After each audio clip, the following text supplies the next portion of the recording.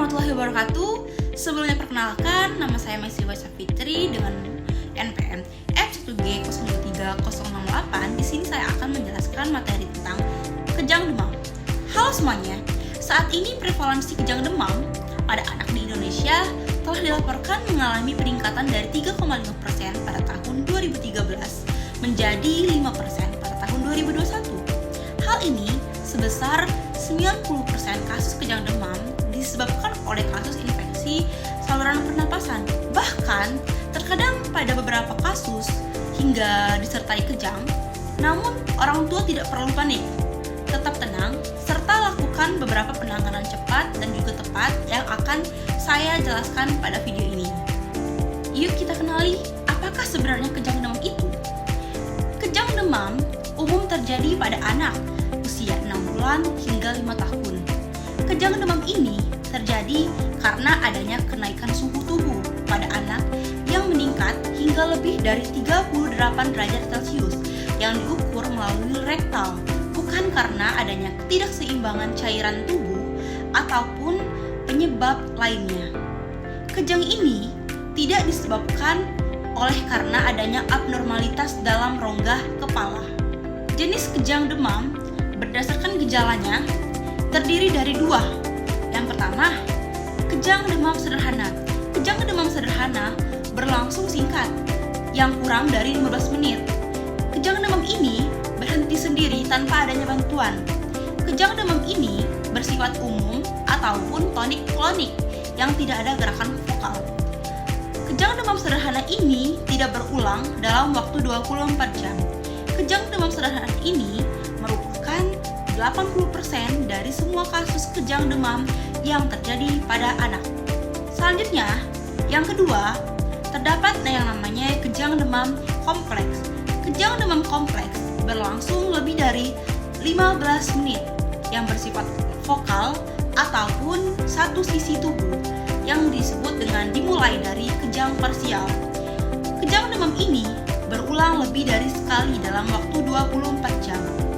Yuk semuanya kita kenali tanda dan gejala kejang demam pada anak. Gejala kejang demam yang sering terjadi yaitu yang pertama, tubuh anak akan kaku disertai dengan tangan dan juga kaki yang berkedut.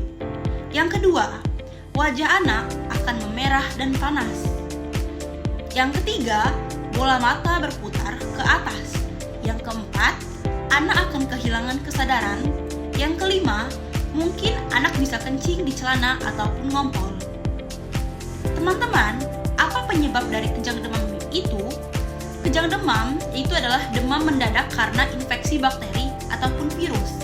Lalu, bagaimana demam bisa memicu kejang demam? Dengan adanya peningkatan suhu di otak, kulit otot, dan juga jaringan tubuh, akan disertai pengeluaran zat kimia peradangan yang merangsang adanya perpindahan ion-ion natrium, ion-ion kalium dengan cepat dari luar sel menuju ke dalam sel dan juga meningkatkan potensial aksi.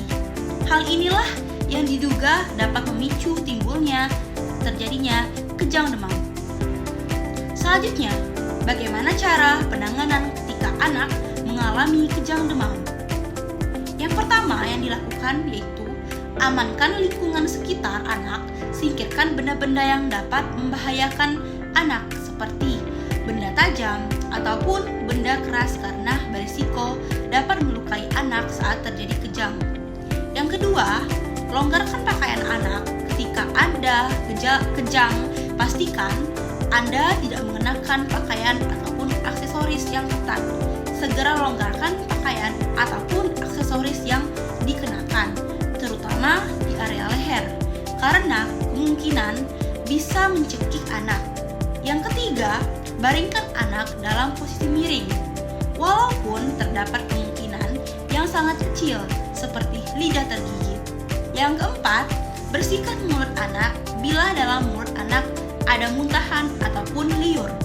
Yang kelima, jangan menghentikan kejang secara paksa, karena dengan memeluk anak saat kejang tidak diperbolehkan, karena dapat membuat anak merasa tidak nyaman dan juga bisa memicu patah tulang. Yang keenam, jangan masukkan benda apapun ke makanan dan obat saat anak masih kejang, karena bisa membahayakan keselamatan anak. Yang ketujuh, jika anak diberikan obat penurun panas, maka pastikan suhu tubuhnya turun setelah obat diberikan. Pastikan anak memiliki asupan cairan yang memadai dalam rangka menghindari dehidrasi akibat demam. Yang kedelapan, jika kejang telah berlangsung lebih dari 5 menit, meskipun yang terlihat hanya sedikit kejang, segeralah bawa anak ke fasilitas kesehatan terdekat untuk menemukan penyebab kejang demam dan juga mendapatkan pengobatan ataupun penanganan yang tepat.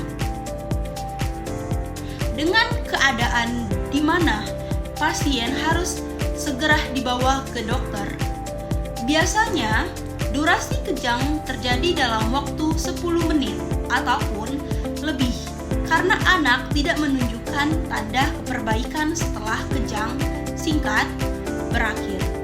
Selanjutnya, bagaimana prognosis dan edukasi dari orang tua? Kejang demam biasanya tidak menyebabkan kecacatan ataupun gangguan perkembangan.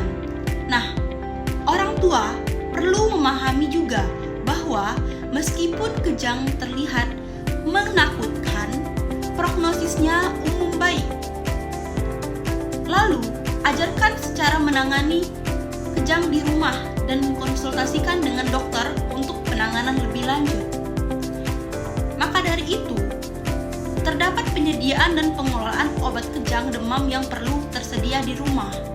Obat yang perlu tersedia di rumah seperti antipiretik yang diberikan saat demam, contohnya adalah obat paracetamol dan juga ibuprofen yang tersedia dalam bentuk rectal tube, suppositoria, sirup, atau tablet.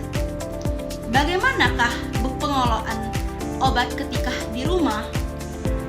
Yang pertama, pastikan menyimpan obat dengan benar.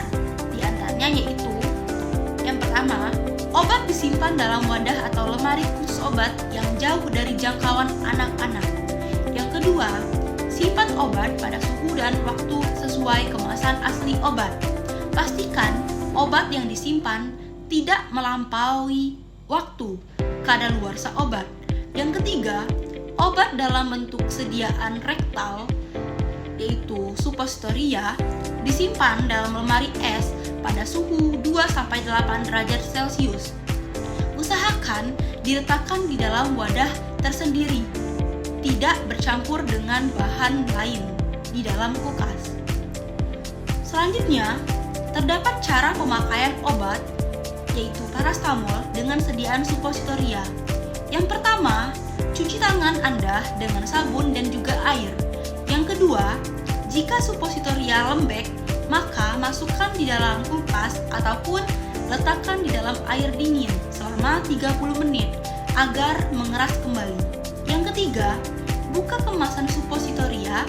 Yang keempat, lumasi suppositoria dengan menggunakan air lubrikan dan jangan menggunakan vaselin. Yang kelima, miringkan tubuh anak dan tarik kaki kanannya setinggi perut serta bagian kaki kiri dengan posisi lurus. Yang keenam, masukkan suppositoria dengan bagian yang runcing terlebih dahulu sedalam setengah sampai 1 inch untuk anak-anak dan 1 inch untuk dewasa. Yang ketujuh, luruskan kaki anak dengan posisi berbaring miring selama 5 menit agar suppositoria tidak keluar kembali. Yang kedelapan, cuci tangan Anda dengan sabun dan juga air untuk membersihkan sisa obat yang menempel pada tangan Anda. Nah, gimana? Sudah semakin paham belum? Sudah paham kan mengenai bagaimana penanganan kejang demam pada anak? Jadi, orang tua jangan panik dan juga khawatir jika anak mengalami kejang demam. Yuk semuanya kita ingat selalu bagaimana cara penanganan kejang demam. Semoga informasi yang sudah saya berikan dapat bermanfaat selalu dan lindungi anak untuk mewujudkan kesehatan yang berkualitas. Sekian dari saya, terima kasih. Wassalamualaikum warahmatullahi wabarakatuh.